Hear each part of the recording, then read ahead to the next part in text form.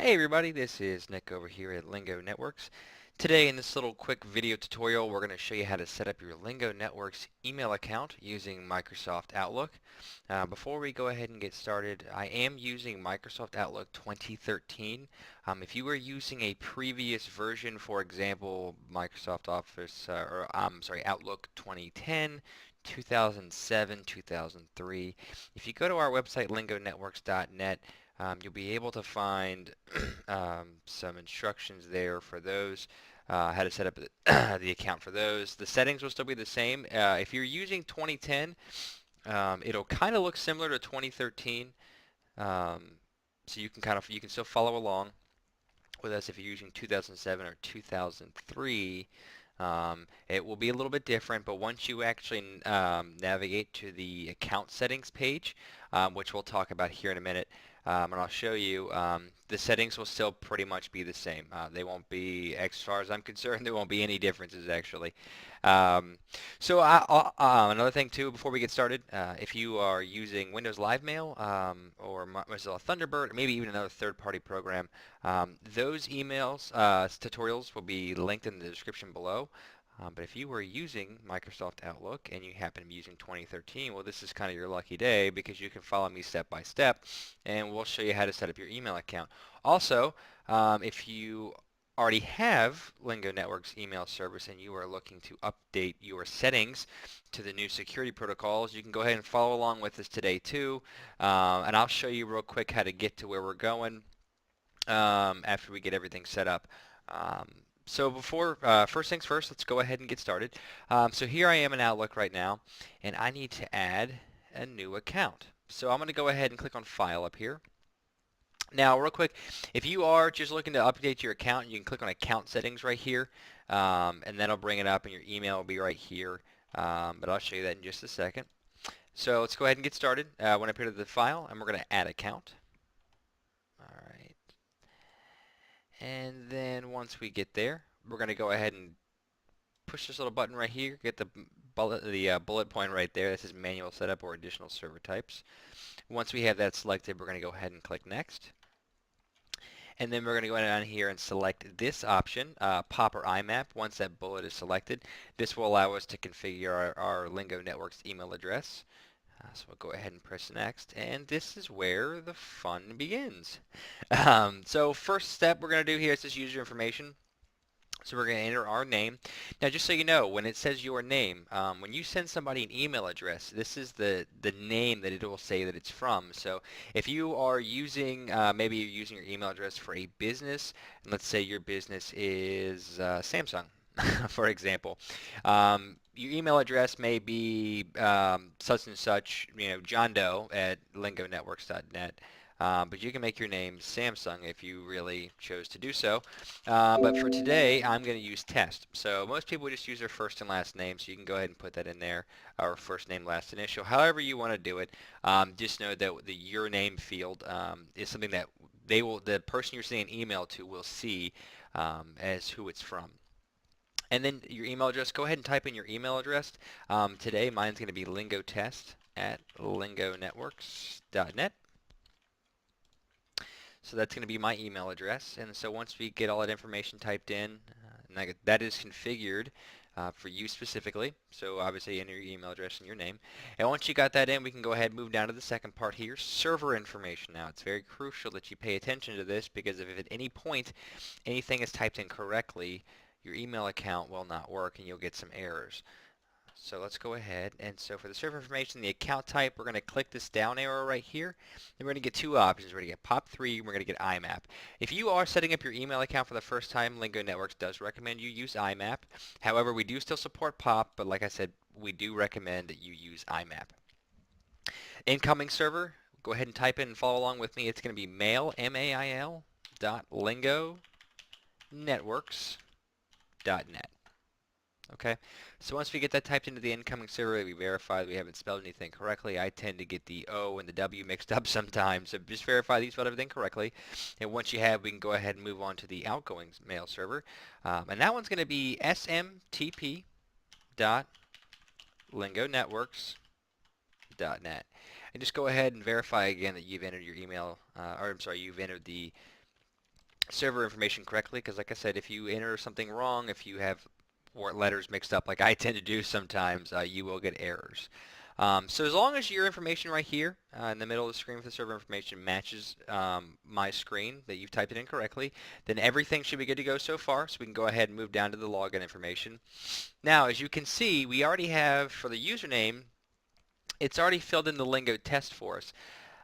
On some email programs, through different providers, that is sufficient enough. However, for Lingo Networks, we actually require that you enter your full email address.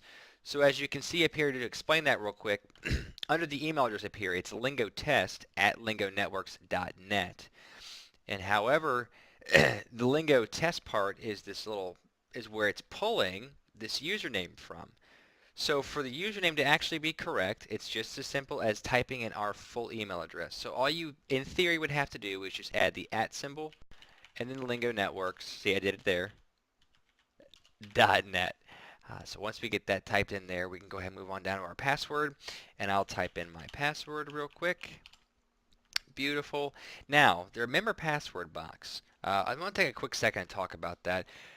Some people leave that box unchecked. I like to leave the box with a check mark in there, so that way every time I open up Microsoft Outlook, I don't have to enter my password every time. Some people like to leave it unchecked and they have to enter their password each time for security reasons. Maybe they're worried about someone hacking into their computer, any malware or any viruses, or maybe someone getting on your computer. So they leave it unchecked for security reasons. However, I just want to make it known that as long as you have a good, up-to-date antivirus program, that kind of issue doesn't need to really be worried about. You can kind of save yourself a few minutes typing in your password each time. Lingo Networks, in case you didn't know, does offer two types of antivirus service. If you're interested in calling in and talking to us about that, because maybe you already have one and you just want to make sure that it's up to date and it's not kind of falling behind with the other programs, or you just want to call and talk about it, we do have really affordable rates.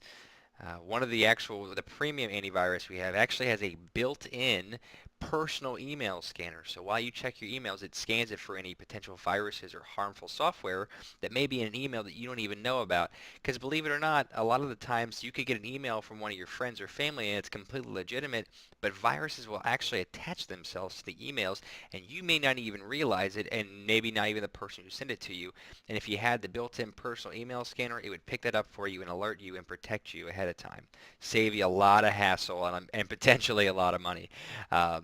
So if you're curious about calling in and talking to us about that, the number to the call center is 877-745-4646, and we're open from 8 a.m. to 10 p.m. 7 days a week to talk to you about that. So once we got everything set up for the login information, we're going to go ahead and here, before we click next, we're going to click on more settings because there's still a few more steps we have to take care of real quick. So we click on more settings, and then we get this little box right here, and we're in the general tab, but we want to go to the outgoing server tab. Now when we get here, it says my outgoing server requires authentication. Well, this box is unchecked and we need to check it. So we just need to click in that little box right there till it gets the check mark. And once we see the check mark, we know that it's now activated. And as you can see here, now we have these options. By default, it should have the bullet point of use same settings as my incoming mail server. And if it does, then you're fine. You don't have to do anything else. However, if for whatever reason this little bullet point right here is checked, it says log on using, don't worry about that. Just go ahead and click on use same settings as my incoming mail server, and you won't have to do any problem. You won't have any problems with that. So once we're done with that, we're going to click on the advanced tab. And as you can see, we have to change a few numbers here. The incoming server, these are port numbers. These are what allows the emails to work through your computer. The default for the incoming is 143. That is actually okay. The only thing we need to change on the incoming right here in this little section right here is when it says use the following type of encryption service. Right now it is selected as none. We need to click that down arrow and we need to select TLS. Okay, and the outgoing server, that's 25. Now before we change that, we need to go ahead and change this to TLS as well. And the reason we do that is because if I put in a number here, if I put in the correct number, which is 587, if I put in a number there, and this was selected as none, or I change any settings over here, look what happens to the 587 right here. it goes back to 25. So we may have changed it to 587 and then said, oh, we'll go ahead and click TLS, but see, it goes right back to 25, and therefore your email won't work.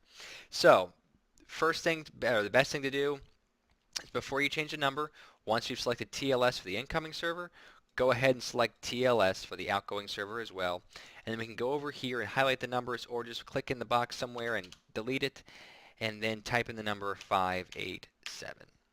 So once we have that, and it looks like as long as your screen matches mine, and we have our outgoing server stuff checked, and the server ports correctly labeled here, we can go ahead and press OK. And now we're done with the more settings. So now all we have to do is click Next. And you may get this little box here. So the server you are connected to is using a security certificate that cannot be verified. That's okay. Just press Yes, and it probably will ask you again. There it is. And we just want to click Yes, and then we are good to go. So now your email account is set up. And just so you know, for those of you who are looking to, we'll go ahead and close that real quick. I want to do, let's see here, if I wanted to, okay, so if I wanted to change my settings, I could go here to Account Settings, and then click on Account Settings. And then, if I clicked right here on the box, and highlighted this, made this blue, this is the email address that I want to update, I can go to Change, right here, and then we get that same very familiar box that we saw before. So obviously we just want to make sure this information here is correct. We want to go over to More Settings, and then go to the outgoing server, make sure this box is checked, and then if that box is checked, we're going to go to the Advanced, make sure we change our port numbers here. And like I said, this is a beautiful thing about a video. You can just pause it and follow along with me. But as long as those two things are done, you can just press OK, press Next, everything will be good to go. In progress, see, there we go. We don't have to do all that though. So we are good to go. So if you guys have any questions with this tutorial at all, please feel free to call in at 877-745-4646. Just make sure that before you call in, make sure if you're still having email problems, make sure you check the settings of everything we typed in. And if everything's still the same and you're still having issues, go ahead and call in. We'll be happy to take care of you.